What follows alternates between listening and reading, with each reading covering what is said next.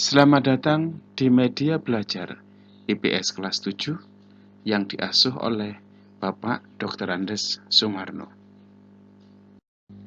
Anak-anakku sekalian, materi kita hari ini adalah kerajaan-kerajaan Hindu-Buddha di Indonesia, khususnya Kerajaan Singhasari. Perhatikan peta berikut.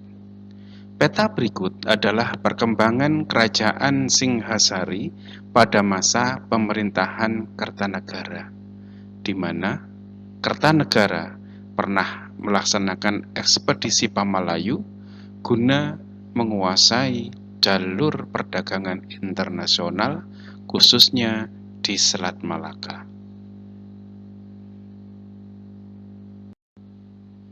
Berdasarkan Prasasti Kudadu, nama resmi Kerajaan Singhasari yang sesungguhnya ialah Kerajaan Tumapel. Menurut negara Kertagama, ketika pertama kali didirikan tahun 1222, ibu kota Kerajaan Tumapel bernama Kuta Raja. Pada tahun 1253, Raja Wisnuwardana mengangkat putranya yang bernama Kertanegara sebagai Yuwaraja dan mengganti nama ibu kota menjadi Singhasari. Nama Singhasari yang merupakan nama ibu kota kemudian justru lebih terkenal daripada nama Tumapel. Maka Kerajaan Tumapel pun terkenal pula dengan nama Kerajaan Singhasari. Sumber berita Kerajaan Singhasari yaitu Prasasti Singhasari, Prasasti Manjusri, Prasasti Mulamalurung, Prasasti Urare, dan juga beberapa kitab seperti Kitab Pararaton maupun Kitab Negara Kertagama. Awal berdiri. Menurut Pararaton, Tumapel semula hanya sebuah daerah bawahan Kerajaan Kediri yang menjabat sebagai akuwu atau setara camat. Tumapel saat itu adalah Tunggul Ametung. Ia mati dibunuh dengan cara tipu muslihat oleh pengawalnya sendiri yang bernama Ken Arok, yang kemudian menjadi akuwu baru.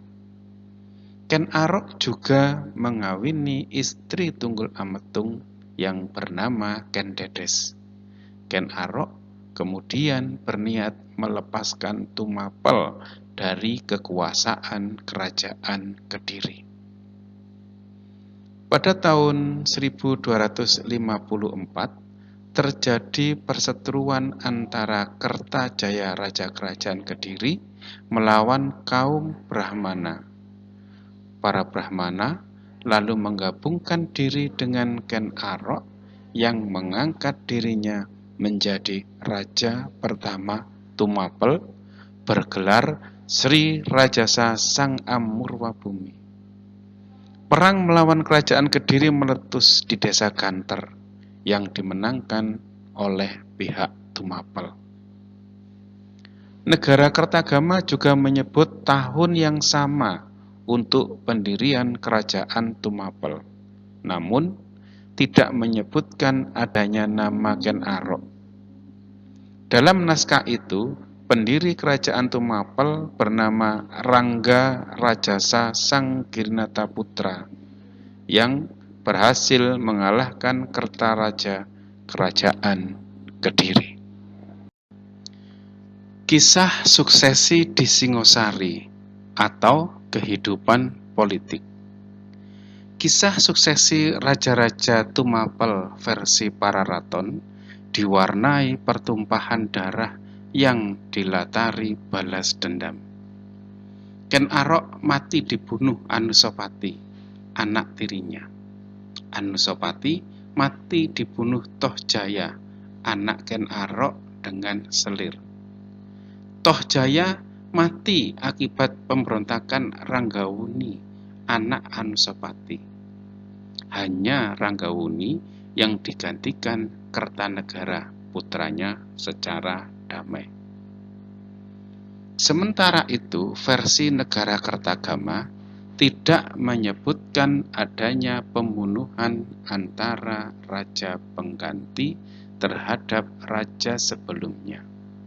Hal ini dapat dimaklumi karena Negara Kertagama adalah kitab pujian untuk Hayam Wuruk Raja Majapahit. Peristiwa berdarah yang menimpa leluhur Hayam Wuruk tersebut dianggap sebagai aib. Silsilah Wangsa Rajasa. Versi Pararaton. 1. Ken Arok alias Rajasa Sang Amurwabumi. 2. Anusapati. 3. Toh Jaya. 4. Ranggawuni alias Wisnuwardana.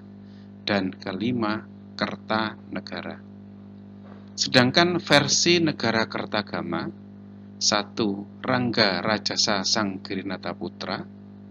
2. Anusapati. 3. Wisnuwardana. Dan 4. Kertanegara. Kehidupan ekonomi. Dalam bidang ekonomi, tidak banyak dijelaskan bagaimana masyarakat Singhasari bergerak di bidang ekonomi.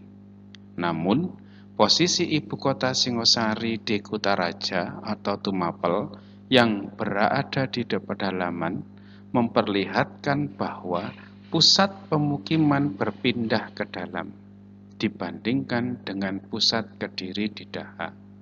Tumapel jauh dari aliran Sungai Brantas. Meski begitu, aktivitas penjelajahan melalui laut tetap berlangsung, sehingga dapat diartikan bahwa kegiatan perdagangan melalui laut dapat berlangsung, meskipun tidak berada dekat dengan ibu kota. Kebanyakan masyarakat pedalaman dapat dipastikan merupakan petani atau peternak, sementara penduduk kawasan sungai dan pesisir adalah pedagang. Singhasari menggunakan koin emas dan perak, selain sistem barter dalam menggerakkan perekonomian. Kehidupan agama. Masyarakat Singhasari, terutama golongan tertinggi, menganut agama Hindu dan Buddha secara sinkritis. Misalnya, di Pasuruan terdapat kalangan yang menganut agama Siwa Buddha. Kertanegara sendiri penganut Buddha Tantrayana, meskipun banyak di antara leluhurnya menganut Hindu. Hal ini berbeda dengan kerajaan-kerajaan masa sebelumnya yang lebih kaku dalam urusan keagamaan. Raja-raja Singhasari juga beberapa kali memberikan pemberkatan kepada wilayah tertentu atas hadiah kesetiaannya, misalnya wilayah Jipang dan Kedu yang dianugerahi oleh Wisnuwardana. Puncak kejayaan. Kertanegara adalah raja terakhir dan raja terbesar dalam sejarah Singhasari. Ia adalah raja pertama yang mengalihkan wawasannya ke luar Jawa. Pada tahun 1275, ia mengirim pasukan ekspedisi Pamalayu untuk menjadikan Sumatera sebagai benteng pertahanan dalam menghadapi ekspansi bangsa Mongol. Saat itu, penguasa Sumatera adalah Kerajaan Dharmasraya, kelanjutan dari Kerajaan Melayu. Kerajaan ini akhirnya dianggap telah ditundukkan dengan dikirimkannya bukti Arca Amogapasa dari Kertanegara sebagai tanda persahabatan kedua negara. Pada tahun 1284, Kertanegara juga mengadakan ekspedisi penaklukan Bali. Pada tahun 1289, Kaisar Kubilai Khan mengirim utusan ke Singhasari meminta agar Jawa mengakui kedaulatan Mongol. Namun, permintaan itu ditolak tegas oleh Singhasari. Negara Pertama menyebutkan daerah-daerah bawahan Singhasari di luar Jawa pada masa Kertanegara antara lain Melayu, Bali, Pahang, Gurun, dan Bakulapura. Keruntuhan. Kerajaan Singhasari yang sibuk mengirimkan angkatan perangnya ke luar Jawa akhirnya mengalami keropos di bagian dalam. Pada tahun 1292 terjadi pemberontakan Jayakatwang. Bupati Gelang-Gelang yang merupakan sepupu sekaligus ipar sekaligus besan dari Kertanegara sendiri. Dalam serangan itu, Kertanegara mati terbunuh. Setelah jatuhnya Singhasari, Jayakatwang menjadi raja dan membangun ibu kota baru di kerajaan Kediri. Riwayat kerajaan Tumapel Singhasari pun berakhir. Peninggalan kerajaan Singhasari. Candi Jawi. Candi Jawi terletak di Pandaan Prigen, Kabupaten Pasuruan, Jawa Timur. Candi Jawi dibangun oleh Kertanegara untuk menegaskan kekuasaannya di wilayah Pasuruan yang dihuni oleh penganut Siwa Buddha. Sementara Kertanegara adalah penganut Buddha Tantrayana. Candi Jawi juga diduga tempat pendarmaan abu jenazah Kertanegara, meskipun hanya sebagian. Sebagian yang lain diletakkan di Candi Singosari. Candi Singosari. Candi Singosari terletak di Singosari, Malang, Jawa Timur. Candi ini diperkirakan dibangun pada tahun 1300 Masehi untuk memperingati Raja Kertanegara yang wafat akibat serangan Jayakatwang pada tahun 1292 Masehi.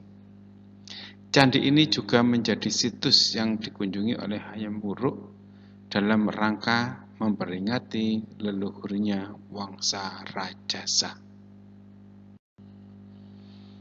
Candi Kidal. Candi Kidal terletak di Malang, Jawa Timur. Candi ini dibangun pada tahun 1249 sebagai tempat pendarmaan Anusapati yang terbunuh oleh Panjito Jaya dalam perebutan kekuasaan. Relief Garuda pada Candi Kidal merupakan lambang kecintaan Anusapati terhadap ibunya Kendedes. Candi Jago atau Jajago. Arsitektur Candi Jago disusun seperti teras punden berundak. Candi ini cukup unik karena bagian atasnya hanya tersisa sebagian. Konon, katanya bagian atas bangunan ini rusak akibat tersambar petir. Dinding candi dihiasi relief Kunjarakarna dan Pancatantra. Secara keseluruhan, bangunan candi ini terbuat dari bahan batu adesit. Relief kambing. Relief kambing adalah salah satu relief tantri yang ada di Candi Jago, yang berkisah tentang ketakutan seekor singa kepada seekor kambing betina. Ia merasa ditipu oleh kera, yang akhirnya kera mati terbunuh olehnya. Relief tantri yang lain yaitu relief lembu dan buaya, di mana dikisahkan dalam relief ini bahwa kebaikan lembu dibalas dengan keburukan oleh buaya, yang akhirnya membawa kematian pada buaya. Relief yang lain yaitu relief kura-kura yang diterbangkan angsa. Di sana juga tampak seekor serigala yang mengolok-olok kura-kura karena dibantu oleh angsa. Karena rasa sakit hatinya, maka dia melepaskan pegangannya hingga jatuh. Maknanya kurang lebih memberikan nasihat, janganlah mundur dalam usaha atau pekerjaan hanya karena hinaan orang. Candi Sumber Awan.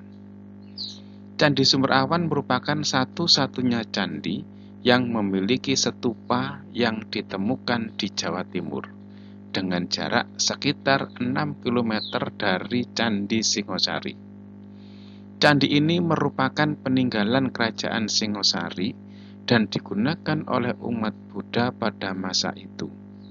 Pemandangan di sekitar candi ini sangat indah karena terletak dekat sebuah telaga yang sangat bening airnya.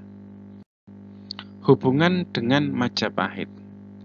Para raton, negara Kertagama, dan prasasti Kudadu mengisahkan bahwa Raden Wijaya, cucu Narasinghamurti yang menjadi menantu Kertanagara, lolos dari maut. Berkat bantuan Arya Wiraraja, penentang politik Kertanegara, ia kemudian diampuni oleh Jayakatwang dan diberi hak mendirikan desa Majapahit. Pada tahun 1293, datang pasukan Mongol yang dipimpin oleh Ike Mesa untuk menaklukkan Jawa. Mereka dimanfaatkan oleh Raden Wijaya untuk mengalahkan Jayakatwang di Kediri. Setelah Kediri runtuh, Raden Wijaya dengan siasat cerdik ganti mengusir tentara Mongol keluar dari tanah Jawa. Raden Wijaya kemudian mendirikan kerajaan Majapahit sebagai kelanjutan Singhasari dan menyatakan dirinya sebagai anggota Wangsa Rajasa, yaitu dinasti yang didirikan oleh Ken Arok. Latihan mandiri. 1. Jelaskan salah satu sebab kemenangan Ken Arok terhadap Kertajaya dari Kerajaan Kediri. 2. Apa menurut pendapatmu tentang Ken Arok? 3. Jelaskan mengapa Kertajaya melaksanakan ekspedisi Pamalayu. 4. Dari beberapa relief yang ada di Candi Jago maupun Candi Kidal, cerita relief mana yang menarik menurutmu? Mengapa? 5. Bagaimana akhir dari kerajaan Singhasari? Mempelajari dan melestarikan budaya lokal merupakan suatu bentuk penghormatan terhadap sejarah nenek moyang. Berbakti untuk negeri.